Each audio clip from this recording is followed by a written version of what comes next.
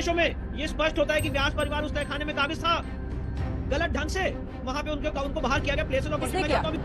ये मुलायम सिंह यादव की गवर्नमेंट में हुआ था। जो पूजा हमारी आस्था का विषय है, राजनीतिक विषय नहीं है। भारतीय जनता पार्टी धर्म और राजनीति दोनों एक साथ करना चाहती है। मेरा ये वादा है आपको कि अगर दोपहर तक दुकान में सारी झूठ बिक रही है, शाम तक सच रह जा रहा है, तो वो सच मैं आपके मुंह से बुलवाऊंगी।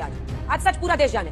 व्यास परिवार को व्यास तहखाने में पूजा करने से किसकी सरकार ने रोका था? किसकी सरकार ने रोका था? नहीं, ये सब विक्टिम कार्ड मत कीजिए, सब ड्रामा वाला मूड में ले लीजिए, सब ले लीजिए, ये भी दे दूंगा। ड्रामा क्यों करते हैं हमारे जी? क्यों करते हैं आप? विक्टिम कार्ड से कितना वोट मिल जाएगा? 10-20 वोट भी नहीं मिलेगा।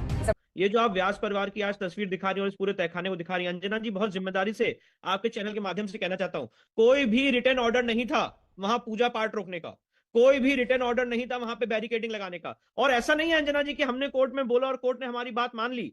11 अगस्त 1843 का आदेश है जो ये साबित करता है कि व्यास परिवार इस तहखाने में काबिज था। उसके बाद 12 मई 1852 का आदेश है जो ये साबित करता है कि वहां पे कब्जे में थे। 8 फरवरी 1886 का ऑर्डर है। 2 मई 1906 का ऑर्डर है। 10 जून 1925 का ऑर्डर है। 13 अक्टूबर 1935 का ऑर्डर है। उसके बाद जो एक कमीशन हुआ था 27 जुलाई 1996। इन सारे आदेशों में यह स्पष्ट होता है कि व्यास परिवार उस तहखाने में काबिज था, गलत ढंग से वहां पे उनको बाहर किया गया प्लेसेस ऑफ वर्शिप। मैं चाहता हूं इस डिबेट में आगे प्लेसेस ऑफ वर्शिप की बात होगी। किसने किया? ये मुलायम सिंह यादव की गवर्नमेंट में हुआ था। दिखाइए अनुराग। मुलायम सिंह यादव की गवर्नमेंट के टाइम पे हुआ था। और मैं एक बात कहना चाहता हूं अंजना जी, हाँ। अभी मैं जानता हूं आगे समय इस डिबेट में प्लेसेस ऑफ वर्शिप एक्ट की बात आएगी। हाँ। प्लेसेस ऑफ वर्शिप एक्ट का सेक्शन 3 क्या कहता है? जो जिस जगह की स्थिति है, प्लेसेस ऑफ वर्शिप एक्ट आया जुलाई 1991 में, तो जो जिस जगह की स्थिति है वो वैसी रहेगी। तो उस स्थिति को वायलेट किसने किया? प्लेसेस ऑफ वर्शिप एक्ट के सेक्शन 3 का उल्लंघन करते हुए पूजा पाठ रोकी गई। और इसीलिए कल माननीय न्यायालय ने जो आदेश दिया है वो लीगल है और उसकी कंप्लायंस की गई। ठीक, जवाब दीजिए अनुराग जी। सीधा आरोप लगा रहे हैं व्यास परिवार को जो वहां पर पूजा करता था उसे रोका। यूपी संभलता नहीं था तो मंदिरों में रोक दो पूजा। सुन तो लीजिए, कहते हैं ना अंजना जी, बिक गया बाजार में दोपहर तक एक एक झूठ, शाम तक हम सच लिए बैठे रहे। अरे प्रभु, उसके बाद से भारतीय जनता पार्टी की 4 सरकारें आई हैं। 4 सरकारें। हम समाजवादी लोग तो संविधान और न्यायपालिका को मानने वाले लोग हैं। अगर आप संविधान और न्यायपालिका को नहीं मानते तो बता दीजिए। कल्याण सिंह जी की सरकार बनी, 2 बार वो मुख्यमंत्री रहे। रामप्रकाश गुप्ता जी रहे। उसके बाद राजनाथ सिंह जी मुख्यमंत्री रहे। इसलिए जनता को असली मुद्दों से ध्यान भटकाने के लिए झूठ बोलने की आदत पड़ गई भारतीय जनता पार्टी को। सरकारें आपकी भी थी। आज देखिए, अयोध्या में भव्य मंदिर बना है, माननीय सर्वोच्च न्यायालय ने आदेश दिया, मंदिर बन रहा है। सब उसको हमने कहा ना, जो पूजा हमारी आस्था का विषय है, राजनीतिक विषय नहीं है। भारतीय जनता पार्टी धर्म और राजनीति दोनों एक साथ करना चाहती है। बंद किसने कराया था? राजनीति का मतलब समझना पड़ेगा। एक मिनट, राजनीति होती है, एक मिनट सुनिए, राजनीति होती है मेरा ये वादा है आपको कि अगर दोपहर तक दुकान में सारी झूठ बिक रही है, शाम तक सच रह जा रहा है, तो वो सच मैं आपके मुंह से बुलवाऊंगी। आज सच पूरा देश जाने। व्यास परिवार को व्यास तहखाने में पूजा करने से किसकी सरकार ने रोका था? किसकी सरकार ने रोका था? जवाब मैं अपनी बात कह लूं तब आप इस नहीं, आप पहले जवाब देंगे। आप नहीं उनसे पूछेंगे सवाल। सुन लीजिए, हर वक्त का, जब उस समय आपको याद होगा, जिस समाज, जो हमारा देश है, देश संविधान और न्यायपालिका से चलता है। और जिम्मेदारी हर राजनीतिक दल की होती है कि संविधान और न्यायपालिका का सम्मान करे। लेकिन भारतीय जनता पार्टी संविधान और न्यायपालिका को मानती है क्या, ये मैं पूछना चाहता हूं। हर चीज पे राजनीति अच्छी नहीं होती। आपको राजनीति करनी है तो स्वस्थ राजनीति करो ना। अनुराग जी, जनता पार्टी जो कर अपने रही है, दर्शकों को हम बताएं, अपने दर्शकों को बताएं, ऑडियो कम कीजिएगा क्योंकि लगातार बोलेंगे फिर ये सुनते नहीं है, किसी की आवाज नहीं चुकी। अनुराग जी, अपने दर्शकों को बताते हैं, अनुराग जी को ना निबंध लेखन में बड़े अच्छे मार्क्स आते थे।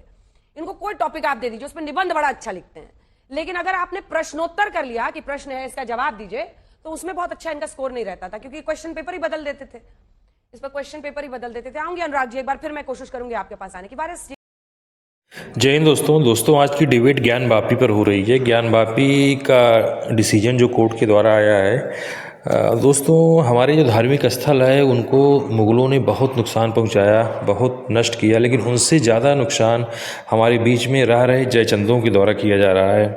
तो जयचंदों का आप तर्क देखिए, जो कोर्ट का फैसला आया है उस पर लोग क्या बोल रहे हैं। आप इनके ज्ञान को देखिए, आपको समझ में आएगा कि इनका काम सिर्फ दंगा भड़काना है और कुछ भी नहीं। आइए आगे डिबेट में देखते हैं ये लोग क्या तर्क देते हैं। बहस देश में चल पड़ी है जिस पर मैं आपसे जवाब चाहती हूँ, और वो बहस ये है कि जो अयोध्या में एक लंबी लड़ाई चली ना, 500 साल की चली, करते करते कोर्ट में हिंदू पक्ष ने बहुत धैर्य के साथ इंतजार किया। कोर्ट के पैसे के बाद ट्रस्ट ने आम लोगों के पैसे से वहां मंदिर बनाया। अब ये बहस है कि क्या काशी में खुद ही ये ज्ञान वापी सौंप देना चाहिए हिंदू पक्ष को, क्योंकि सामने दिखता है ना, पता नहीं वारिस जी आप गए हैं नहीं गए हैं, सारे निशान दिखते हैं वहां पर। पश्चिमी दीवार तो पूरा मंदिर की दीवार है जो इस देखिए अंजना जी जी नहीं ऐसा देखिए अंजना जी, सबसे पहली बात तो ये है, कल जो वाराणसी कोर्ट का फैसला है वो सरासर गलत फैसला था। हम अंजुमन इंतजामिया कमेटी ने उसके खिलाफ अपील भी फाइल की, सुप्रीम कोर्ट गए, मगर सुप्रीम कोर्ट ने कहा कि आप इलाहाबाद हाई कोर्ट में जाइए, तो इलाहाबाद हाई कोर्ट में अपील की हियरिंग होगी, उसके बाद ऑर्डर आएगा। ऐसा हम क्यों कहते हैं गलत फैसला था? क्योंकि आप खुद देखिए 17 जनवरी के दिन इन्हीं जजों ने, इसी जज जो जिनसे ऑर्डर दिया कल, उन्होंने डिस्ट्रिक्ट मजिस्ट्रेट को वहां पे अपॉइंटमेंट किया था एज अ रिसीवर, वहां पे कोई ऑर्डर पास नहीं किया था कि आप प्रेयर अलाउड करिए। अब अचानक जिस दिन उनका रिटायरमेंट जाने के दिन उन्होंने ये फैसला दे दिया जो पर से प्लेसेस ऑफ वर्शिप 1991 का सरासर उल्लंघन है। अब इन्होंने क्या बोला, जज साहब का रिटायरमेंट था, जाते जाते आदेश दे दिया। ऐसा नहीं है सर, 29 तारीख को आपके वकील साहब ने कोर्ट में एडजर्नमेंट लिया और बोला आज इस मामले की सुनवाई मत करिए, हमारी तबियत खराब है। तब कोर्ट ने डेट लगाई 30 तारीख को।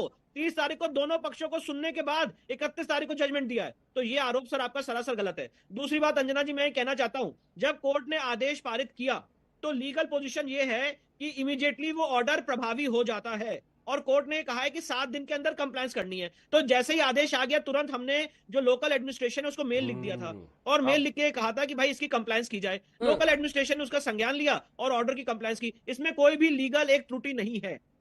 और ये तो दिख रहा है ना, अभी भी जो हम लोग दिखा रहे हैं व्यास तय खाना जिसमें ये पूजा हो रही है। वारिस जी आराम से। कोर्ट ने कहा है ना 7 दिन का टाइम दिया था, तो 7 दिन का टाइम कब शुरू होता है? कोर्ट के फैसले के बाद होता है।